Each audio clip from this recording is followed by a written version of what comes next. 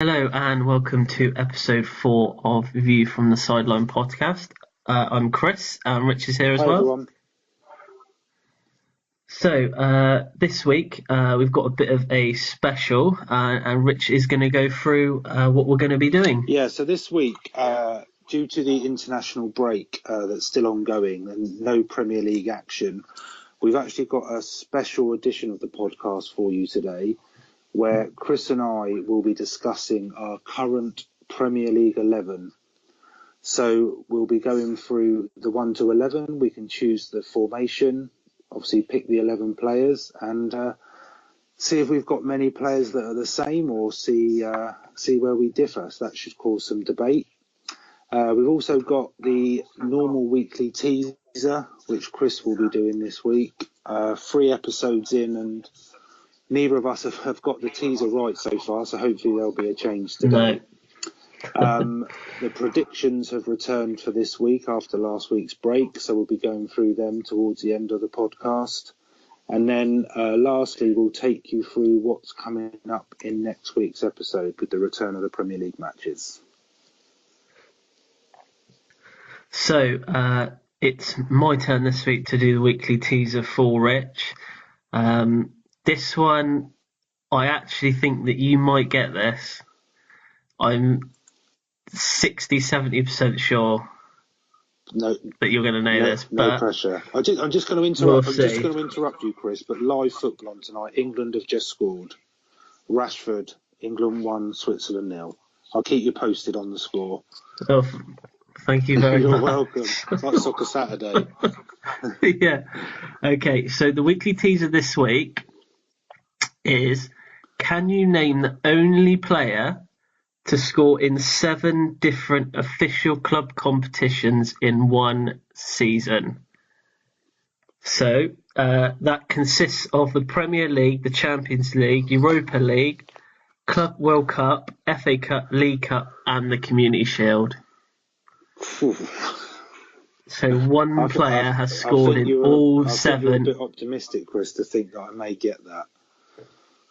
So it's obviously a Premier League player. Correct. Yeah. So they've scored in all 7 of those competitions in one season. So yeah, and he's the only player ever to do it. Okay, you're gonna have to leave that one with me. We may have to overrun the pod for me to get any chance of getting that one.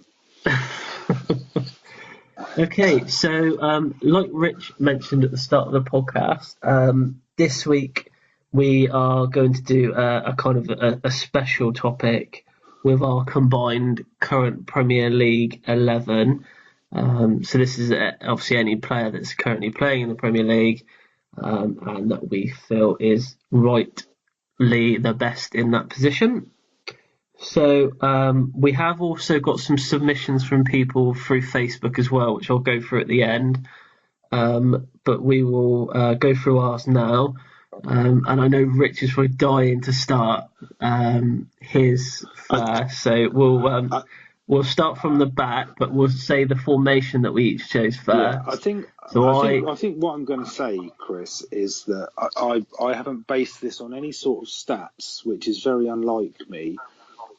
You love a stat. I do. I absolutely love a stat. But I've tried to build a team of 11 players, not necessarily the 11 best players in the league, but I've tried to build a team that I think would be pretty much unstoppable. Okay. So what formation did you go for? I've gone for 4-1-3-2.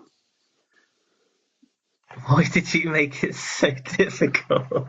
I guess my 1 can be classed in the 4, so it could be a traditional 4-4-2, but I'll explain it as we go along.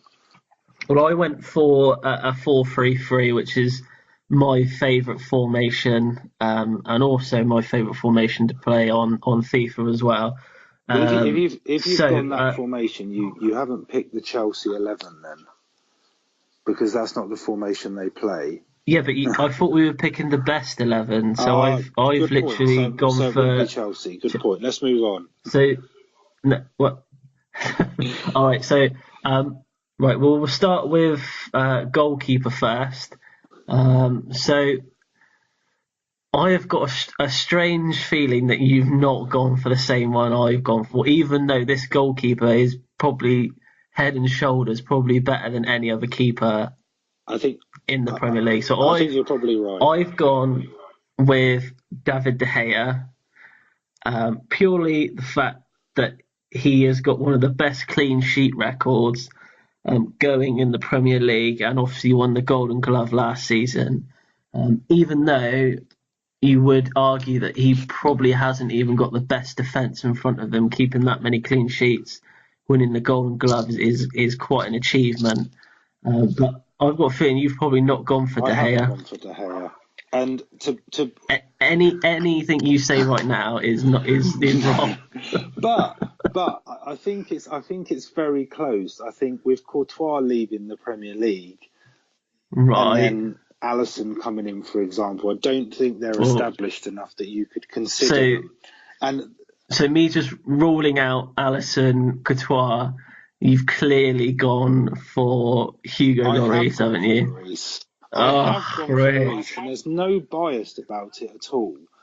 But I think there is not much difference between him and De Gea. I think the thing that swung it for me with Lloris is he's just come from a World Cup winning summer. And I think I don't honestly think there's that much difference. I think the fact that De Gea has got Man United's Player of the Year for about the last 3 or 4 years doesn't necessarily mean he's the best keeper.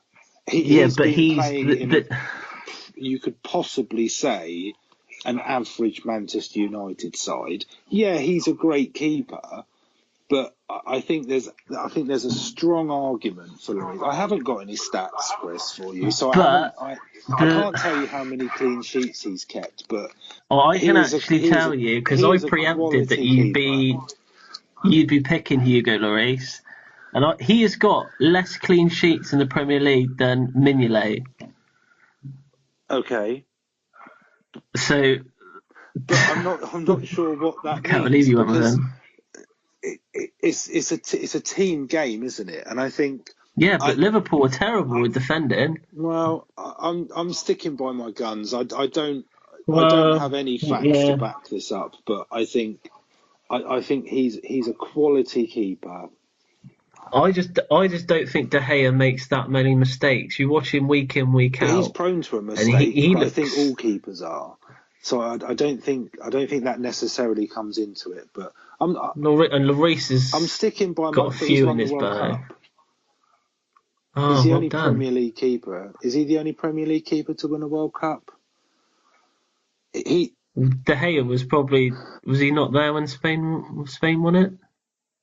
Probably young, but no, I'm going to say Casillas was the keeper then. De Gea may have been on the bench. He might have been on the bench. That doesn't count. So you went with Lloris. I've gone with Lloris, and I'm confident with my choice. Okay, well they are both very good keepers, but I personally I think De Gea would walk into any team in the Premier League. Maybe, but never mind. Okay, not so the Spurs team, you picked for. Clearly, in your eyes, yeah. Clearly, in your no Premier League player would get in that Spurs team. So you went for a back four, didn't you? Yeah. So we'll go through that. So we'll start at left back. Who did you pick at left back? I've gone for Benjamin Mendy. For the new, he's not new. He's just out a lot last season. That's a good shout. He's as good as a new signing, and I think that his performances so far this season, he was just the first person that came to mind. I think there's a few other good left backs. I think Luke Shaw's, Danny Rose, Ben Davis. I'm just naming Spurs players here. You'll find my bench is like you're missing out the most important one. You haven't said him yet. I know who you've got. You haven't said him. No, but I'm purposely not saying him, Chris, because I know you've got him and I don't want to steal your glory. Okay, so left back, I went with probably what I feel he is probably one of the most improved players at Chelsea I've seen. in the last couple of seasons. One of the stars of our slightly disappointing season last season got off to a good start this season, and I have gone for Alonso at left back. I thought you may do. I think at the moment, although you've picked Mendy, I was torn between him and Mendy just because of the fact how Mendy started the season. But I've gone with Alonso because he scores goals as well. He's a goal scoring left back, left wing back. He can hit a free kick. I've seen him score some really, really good free kicks. And like I said, I feel that he is improved. So, and when Chelsea signed him, a lot of people, even Chelsea fans, were saying, "Well, why have they signed him?" You know, he played for Bolton or Sunderland beforehand, and obviously gone to Spain, and then Chelsea had signed him. I think he's a good pick. I don't think there's much between the two, to be honest. But no, for me personally, Mendy just sort of jumped out a bit more. I think I like his power, and I like the way he gets forward and stuff. I know Alonso does the same, but I think that Mendy is as good as a new signing for City this year. And I think he started off with a flyer this season. So that's why I put him in. At right back, I think we've probably gone for the same one. I went with Walker. Oh, yeah, so did I. I was going to say Kieran Trippier.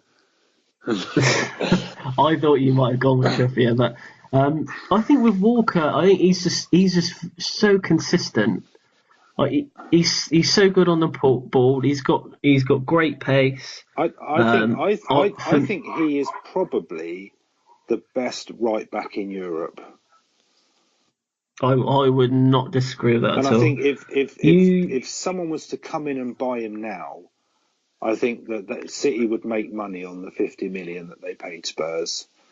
I think he's just got everything, and I think he's by far the best right back in the league. There's no doubt about that. And last season, obviously, he adapted well playing at centre back. Obviously, when they moved to 5 at the back and they pushed him into the middle. And then obviously he played for it. Did he play for some England games as well? As centre back as well. I think he played right of a free, didn't he? Right of the centre, yeah. So I mean, he's versatile he did well as well. I mean, he's got the odd error in him, but I think that's minimal when you put it compared to what he gives you as a team. Yeah. So I think he is just consistent at that role, and to me he is England's best right back as well. Yeah, completely agree. And you think he's had what 7, 8 top seasons now? So yeah, and he's got a lot left in him. So I think we can wholeheartedly agree on that one. Well, that is one that we agree on. Probably not going to agree on the centre. Well, we might agree on the centre back. So I'm not sure. Well, I'll give you both of mine at the same time. Yeah, Chris. Who did you go for? So I've gone for Jan Vertonghen. Yeah. And Virgil van Dijk. Okay, well, I went for Vertonghen as well. So we did choose. It pained me to put him down there, but I did put him down. So and the other one that I chose was John Tettenham. It wouldn't surprise me. Vincent, Vincent Kompany I went for. The Kompany choice, I just feel that when he plays for Man City, they just look so much better at the back. He just commands the box so well, wins pretty much everything in the air, and he's for me he's probably one of the best defenders that we've had in the Premier League. I wouldn't disagree with you, but the thing that made me not put Kompany in is his injury record.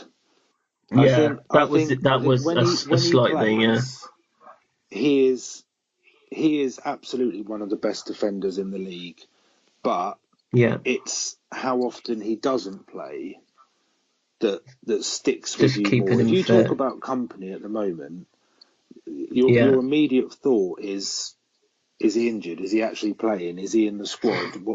Where is he at the moment? The reason I went for Van Dijk, and I'll be honest with you, when Liverpool signed him, I thought the transfer fee was ridiculous.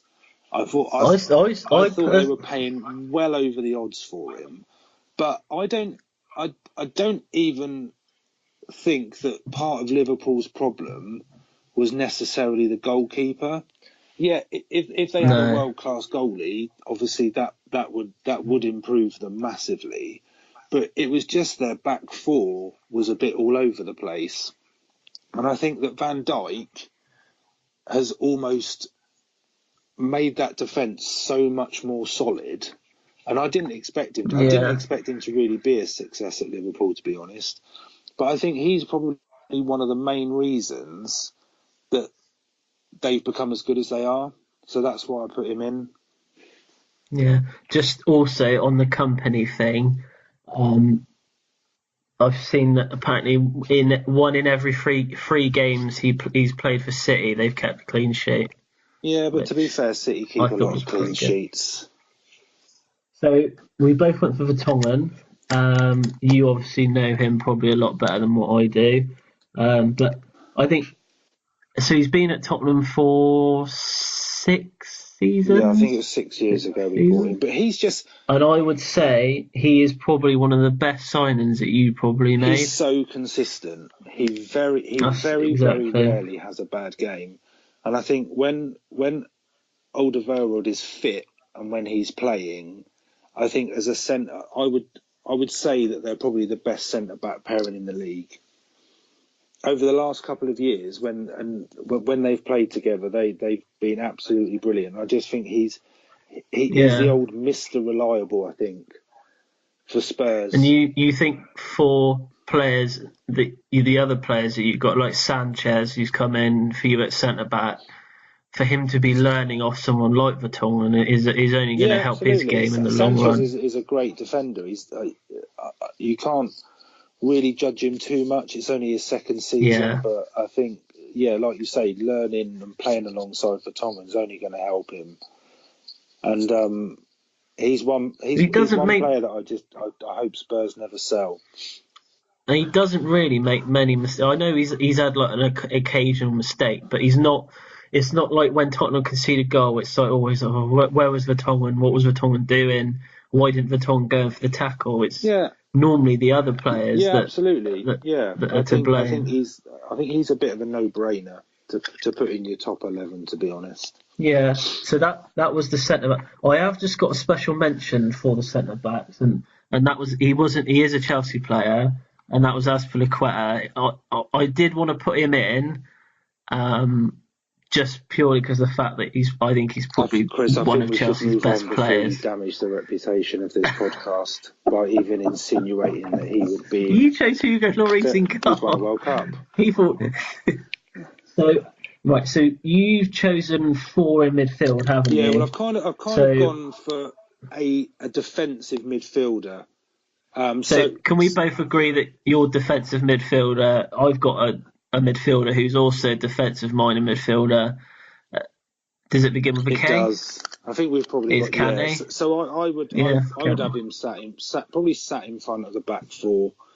Because the rest of my midfield is quite attacking, but I don't think we need to spend too long on him. Really, he's just a machine.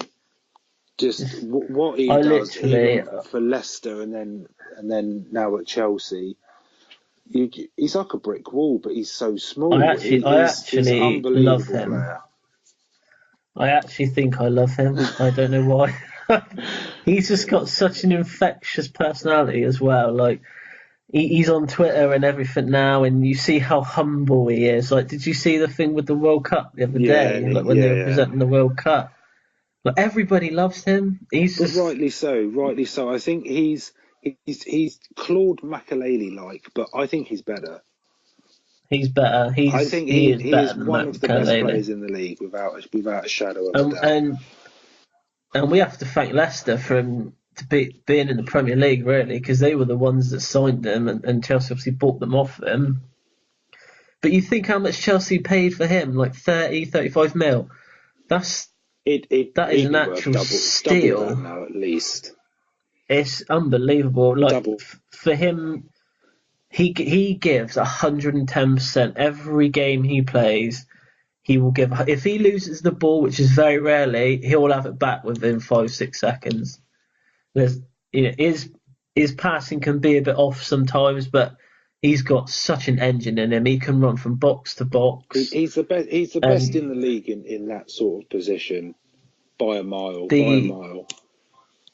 And the interceptions that he's made. I've seen a stat here that he's got the most interceptions in the Premier League for the last 4 seasons. He almost softens the blow a little bit of Chelsea selling Matic to United. I'm not bothered about. I honestly wasn't bothered about him going to Man United. I think at the time there was a lot of talk about it, and they would miss him and him going to a rival, etc. But I think when you've got Kante in your team, I don't think you miss him at all. Such a good player. I honestly hope he doesn't leave Chelsea. I don't think he will.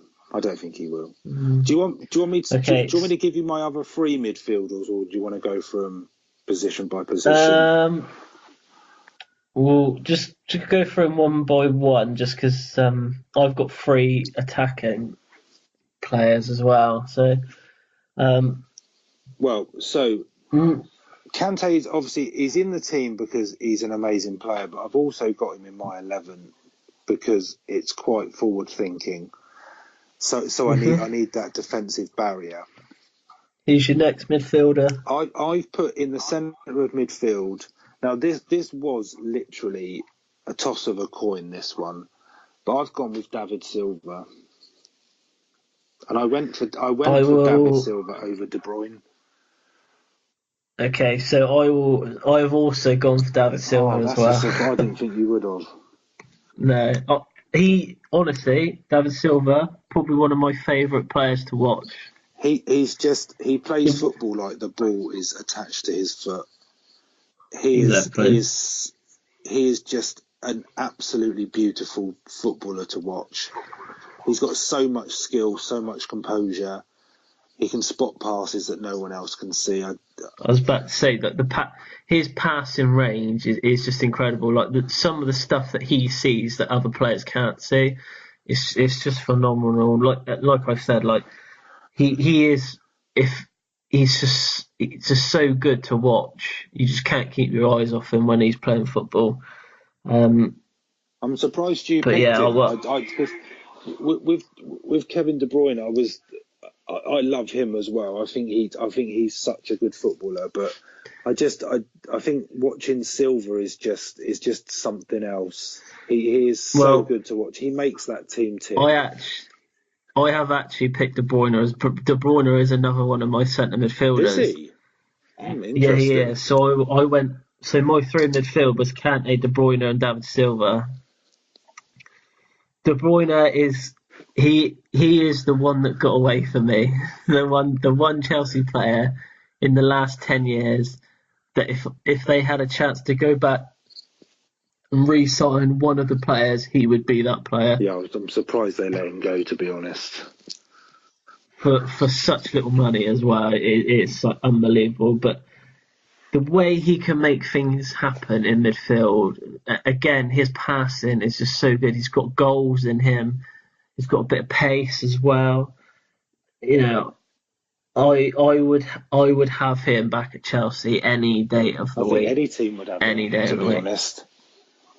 Like some of the goals he scores as well is just unbelievable. I'm not going to disagree with that. I'm not going to disagree with him, but because of the formation I went for Silva over him in the centre of mid. So I've got 2 more midfielders. So one of them is Mo Salah, and I don't think you need much explanation for that, really. His season last year was just unbelievable. But surely he's another one that, as a Chelsea fan, you wish you hadn't sold. So they're all coming back to haunt you. I have picked Salah as well, but as one of my forward 3. he was one player, and I will say that I will hold my hands up now, and I will say when Liverpool signed him, I said to numerous people that he would be garbage. He would be a waste of space. He wouldn't score goals. But But do you not think did he yeah, but prove me I wrong? think when you actually look at his stats from last year at Roma, Yeah, 2 years ago at Roma before Liverpool bought him. yeah, Now, I follow Italian football. I wouldn't say I watch a lot of it, but his goals and assists were unbelievable. But I kind yeah. of think he almost went under the radar a little bit, and because he didn't really do a lot when he was at Chelsea. Well, I this is the kind of problem. When he because was at but what Chelsea, Liverpool did is Liverpool bought the Salah from Roma. They didn't buy the Salah from Chelsea, and he was doing well at Roma, and that's why mm, I don't think anyone expected him to do what he did last year. I don't think. he just didn't get the game time at Chelsea. That was the problem. He was contending against Willian and Hazard, and at the time, that it was hard to get him in the team. Yeah, but I even think even if he doesn't have as good a season this year as he did last year, Who teams are cares? gonna teams will put two men on him. They'll sort of pay a lot of attention to him, which will free up other people. Yeah, so he I went with Salah as my third his midfielder. his season last year, it was just unbelievable. Wasn't it? It was just goal after goal after Oh, goal. Just didn't it was stop. freakily good. It was. I wouldn't have thought many people had him in their fantasy team, but I bet they were putting him in halfway through the season. Yeah, I bet they were. But what they totally proved me wrong. Totally. Fair play to Liverpool for signing Brilliant him. player. But I had him as one of my front three. So you've got another midfielder, Yeah, haven't so you? I've gone for Hazard, or Hazard, I should say. Yeah, Again, he's just one of those players that you would pay to watch. His ability, his strength, his speed. He's scary. And I was actually really surprised that when Ronaldo left Madrid, that they didn't break the bank to get him. I really thought he would go to Madrid, and I thought because he he would. wanted to stay at Chelsea, mate. Why wouldn't you? Well, exactly. I mean, it's a no-brainer.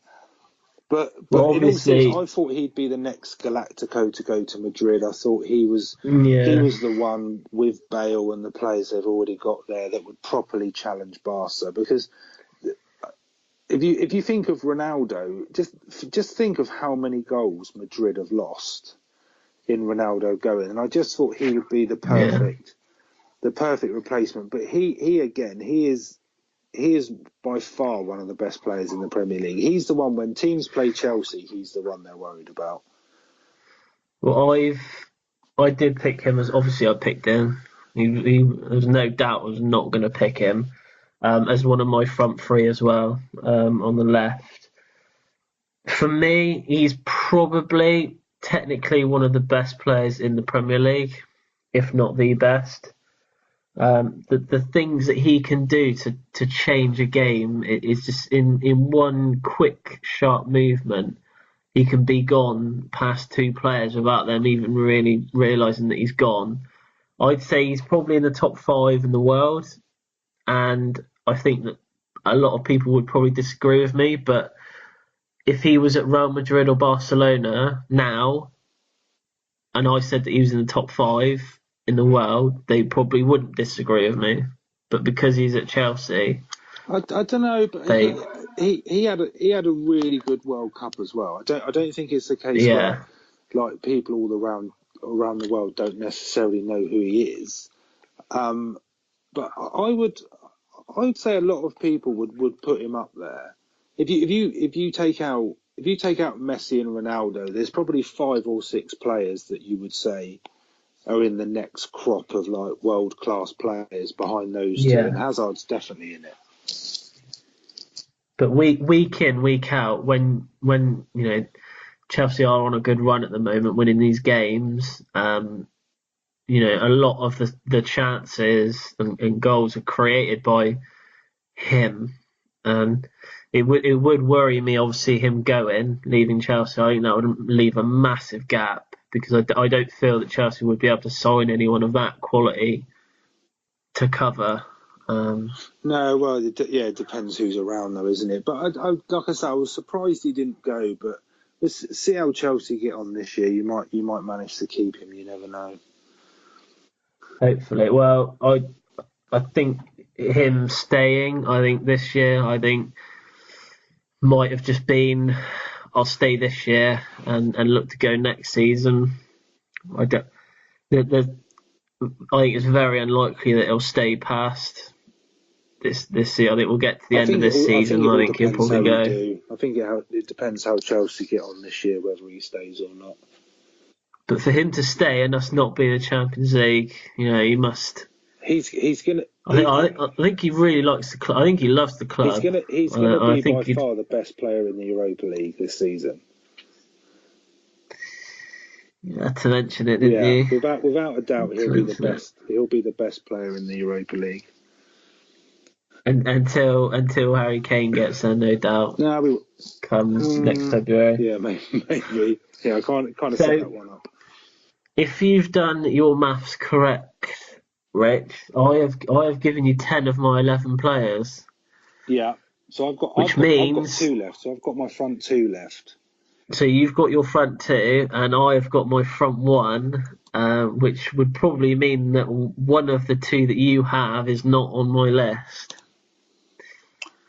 Because I think we've probably picked the same player up front, but it was close. Not gonna lie, it was very close. Well, I'll go with my other one first then. So I'll go with the one that I don't think you've got. So again, this was a toss of a coin as well, but I've gone for Lukaku. Yeah. So it was very close between him and Aguero. Now you can't argue with Aguero's scoring record, but I love Lukaku. When he's on form, he is probably the most unplayable player in the Premier League. And when he was at Everton, and he was quite heavily linked with Spurs, he was the one player out of anybody that I really wanted Spurs to sign. Yeah. He's a monster of a striker. And I know that I'm going to throw a stat at you that I heard the other day, but his scoring record against the top 6 is almost non-existent. The majority of the goals that he scores are against mid-table or lower-table teams. But when he's on form, he is such a good player.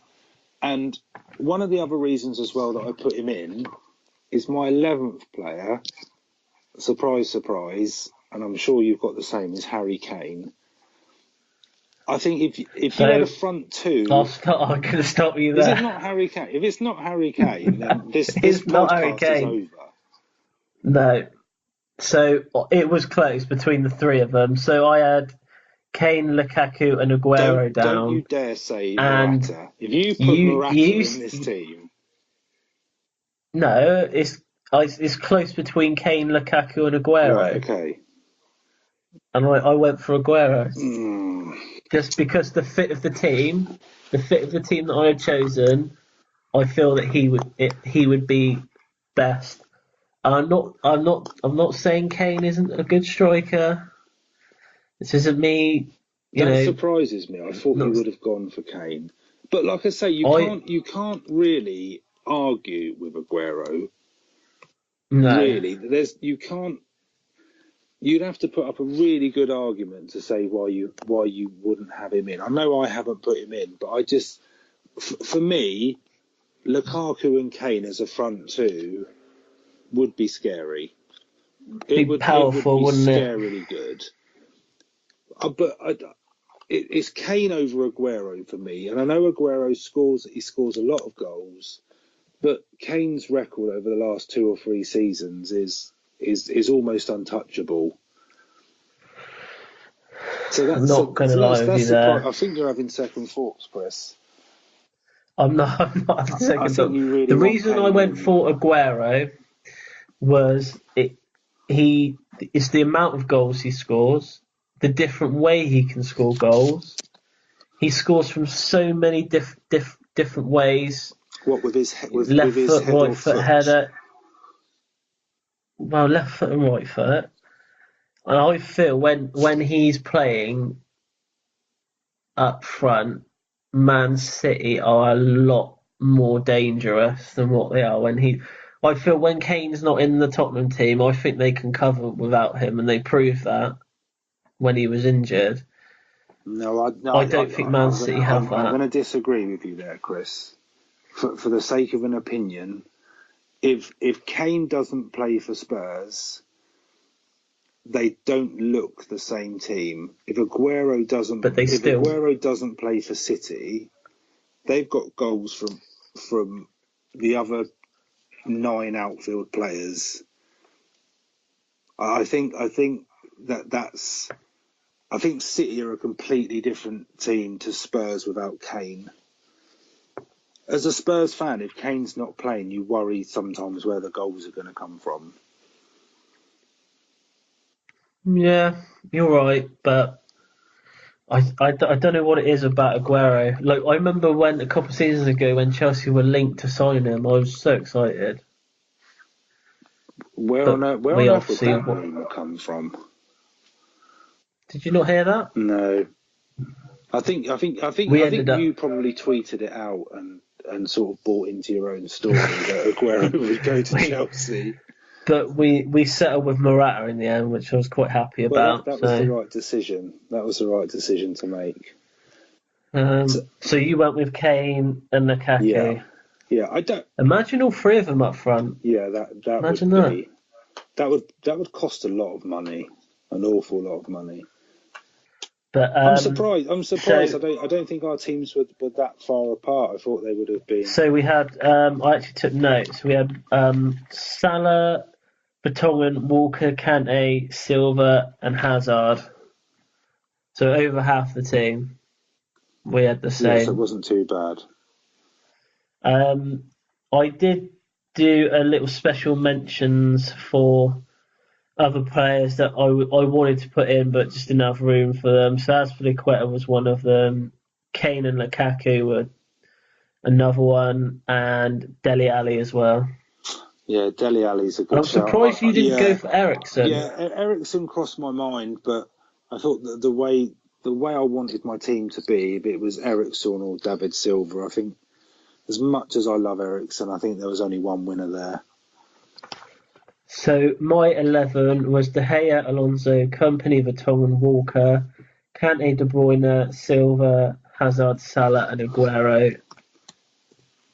What was yours? Mine was Lloris, Walker, Vertonghen, Van Dijk, Mendy, Salah, David Silva, Kante, Eden Hazard, Kane, and Lukaku. And you are going to put these online, aren't you? I believe. Yeah. So these are going to go online. So I'll get both our teams up online later on, so everyone can take a look at them and reminisce about how brilliant it would be to actually have those as a team. Imagine that. Oh. So also, I did ask people to get in contact with us if they wanted to submit their 11. So I've got a few here that I'll read out quickly. So Joe, he messaged me and gave his 11. So Joe is a Man United fan, so just keep that in mind. His team was De Gea, Azpilicueta, Kompany, Van Dijk, Alonso, De Bruyne, Kante, Hazard, Salah, Kane, and Aguero. Not too dissimilar then. Am I the only one who's put Lloris in goal? Yes, you are. Wow. Sean on Facebook and said he would pick De Gea, Robertson, which interesting, yeah, that's a good shout. Van Dijk. So there's a theme with Van Dijk. A lot of people went for Van Dijk. He's gone for Stones and Trippier. Yeah, Stones was high on my list as well, but yeah, didn't quite He's make gone it. for Silva, Kante, and De Bruyne. And then his front three, he's gone for Salah, Kane, and Firmino. Different name there as well. Yeah, Firmino's an interesting one. So Sean is also a Man United fan. And then we had Adam on Facebook as well. He is a Arsenal fan and Yeovil fan. He must have gone for the recent goal. So he's gone for De Gea, obviously. Then he went for Walker, Van Dijk, Alonso, and now this is he's gone for Shane Duffy at centre back. Now I messaged Adam back just to make sure it wasn't a spelling mistake. It wasn't a typo. And he told me that he feels that Duffy is one of the best defenders in the Premier League. Nothing to do with the fact that he played for Yeovil for a short amount of time. He went, and then in midfield, he's gone for Eric. He went for Eriksen, Kante, and Milner. And then his front three was Hazard. Did you say Milner? He went for Milner, yeah. Hazard, Salah, and Aguero. So there are names on here that keep like De Gea. I just can't see past De Gea and Colbert. Well, it's just as well I can, Chris. Otherwise, this would be a boring conversation. Van Dijk was a name that was on all of them. I completely agree with that. And Kante was the one that I think every one of us had. So, does that mean Kante's the best player in the Premier League? In his position, yes. I wouldn't say he's the best player. Is he the best in the world in that position? Oh, that's a good question.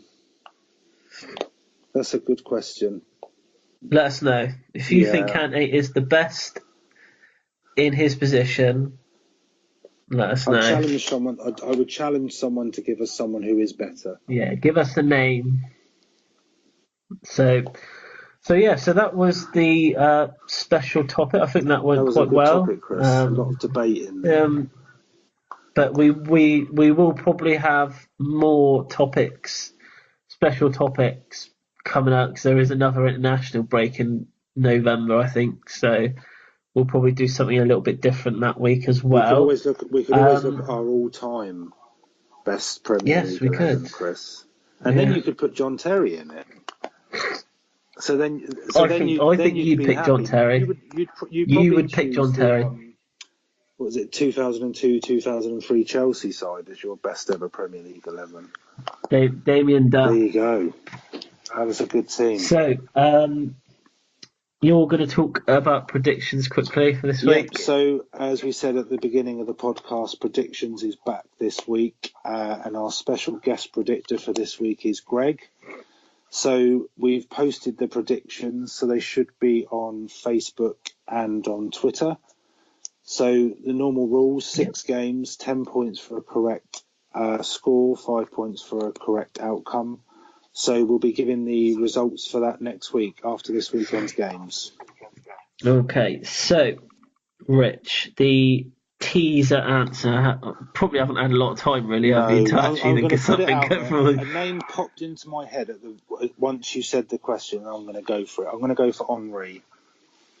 So you are saying Thierry Henry? Yeah, that was the first name that came into my head, so I'm going to run with that. Don't tell me that's right. No, it's wrong. Well, I had a fleeting moment then where I thought I'd broken the curse of the weekly teaser. No, the curse has not been lifted.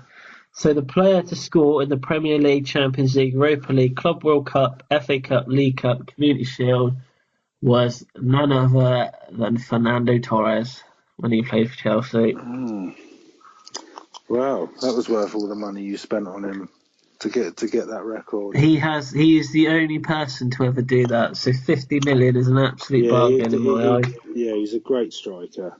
At Liverpool. Well, that is pretty much it for this week. Rich, you're just going to quickly go through what we'll do next week. Yeah, so next week with the return of the Premier League, we'll be doing our weekly review of all the Premier League games, going through the results of the predictions as we've mentioned.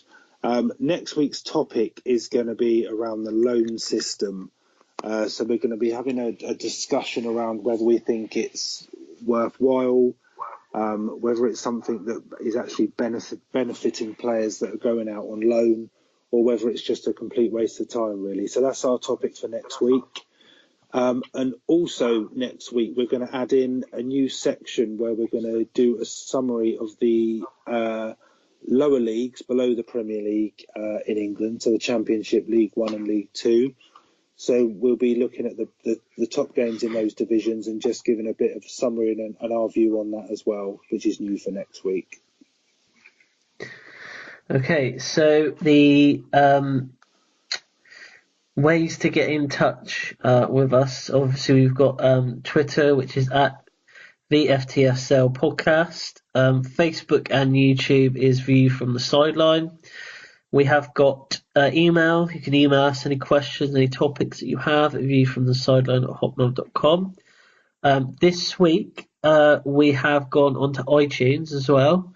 And I will get Rich to put a link on that on Facebook, and I'll put a link on Twitter as well. And we've also got an Instagram page as well now, which I set up this week. Which check us out, Chris, dragging ourselves into the 20th century. Yeah, iTunes. That. Well, that's it. That's the place to be. Yeah. So you can download the podcast now from iTunes instead of streaming it on YouTube, if you wish. But Instagram is View from the Sideline Pod. If you want to follow us on there. But apart from that, that is about it. So, that is it for this week. Thanks, and I will be back next week. And we'll see you next week.